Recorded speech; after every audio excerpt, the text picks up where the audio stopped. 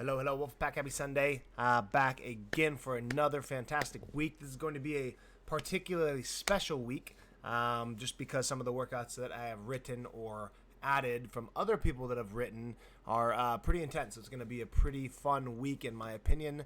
You guys need to make sure you're prioritizing rest, recovery, fuel, nutrition, water, sleep, all of that to make sure we're getting everything out of it that we can. And we're not having a negative effect on our body, since we are going to really start ramping things up over the next few weeks, since the Open is 3, maybe 4 weeks away. And Cupid's Revenge is right around the corner too. We got a lot of people there. So we're going to kind of take a stab in the dark for the next few weeks of movements that they do in the Open, combinations they've done in the past, old Open workouts, yada, yada, yada. You've been around, you kind of have an idea of the way things go in the next few weeks. So I hope you guys are excited for this. There's still a lot of opportunity to get better and expose ourselves to some interesting kind of workouts with a bunch of different combinations, variations, and whatnot. So hope you guys enjoy this week. We're going to do a little different EMOM of back squats. It is meant for endurance, strength endurance. We shouldn't be failing. The only thing we should be feeling is, not necessarily a heavy stimulus, just a fatigued, legs pumped, burning, deep workout, like leg fatigue kind of stimulus here. So it's 4 sets, a minute on, or you do your 10 back squats in the first minute, and then you get an entire rest period, because this is probably going to be pretty intense. Relatively heavy squats, around 70-ish% if you have a percentage.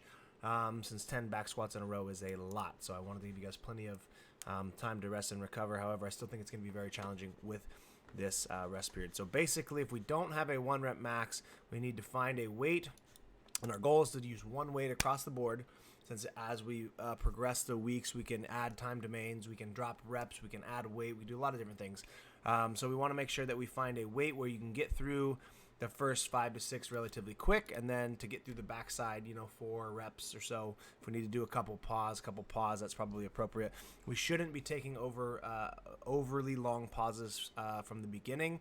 Shouldn't be like a 1 rep stand, like a 1 rep max kind of stimulus, right? It should still be movable, but obviously challenging enough to where we have to posture ourselves, work on form, and we get some good endurance out of it. So it is 4 sets. You are doing 40 back squats. That's a lot of back squats at a pretty heavy weight. So if anything, be smart on the weight, go a little bit lighter.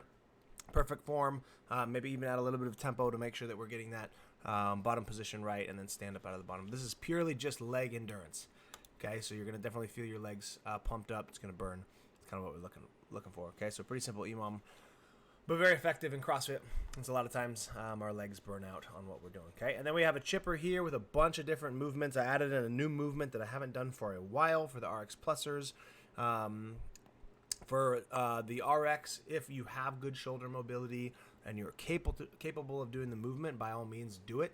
They are very, very challenging though, this dumbbell overhead squat. So go through the workout and kind of talk about that. But 15-minute cap, I'm going to buy in with 40 alternating dumbbell snatches. So 20 on each arm. So right arm, ground, all the way overhead. Switch arms, 1, 2. So right, 10 on each arm. Make sure both heads of the dumbbells hit the ground at the same time. It's not like a clean where you can tap the top. Okay, we need to make sure we use a dumbbell here. You can do this in probably, honestly, 2 sets. Should be pretty movable. We'll work on cycling. We'll work on breathing. Shouldn't be using a heavy dumbbell for the stimulus and breaking this up in sets less than 10, especially from the start. Okay, so we're working on holding on to bigger sets, breathing, right, using our body to get through these 40 snatches. Okay, so 40 of those. 1 dumbbell front squat, so you can hold this on your shoulder, right, on your goblet squat on your side. But again, for those who have good shoulder mobility or are able to get this dumbbell overhead, I highly encourage you guys to try to do these overhead squats only if you keep your heels down, you keep your chest elevated, you keep your arm locked out, and they look quality. So don't be upset if you're doing them and a coach asks you to put the dumbbell on your shoulder, because these are very challenging and they can actually put you in a very bad position for your knees doing these. Okay, but feel free to switch your arms, switch your shoulder if we're doing front squats on these squats any way that you can, or anytime you want. We should probably be able to do minimum of sets of 10, if not be able to do these 30 in 2 sets. But realistically, 3 sets, 12, 10, 8 is probably okay. 20 handstand push-ups, again, challenging movement. We should hopefully be able to chip away at 3 to 5s here to get this done in the time domain that we're looking for. So if we're in between handstand push-ups, okay, do as many as you can. We start failing and go into singles, finish with regular push-ups, I think. And I would just do 20 from that point. So even if you get 10 handstand push-ups, just go and do 20 push-ups so you're getting a little bit of that extra push work and that push fatigue, okay? Gymnastics, 10 chest to bars, and then 10 pull-ups, okay? If we're plussing, we're doing our beautiful muscle-ups, and we work our way back down. So handstand push-up, squat, and snatch, okay? Choose a little bit more of a technical movement on the first one, whatever it may be for ourselves.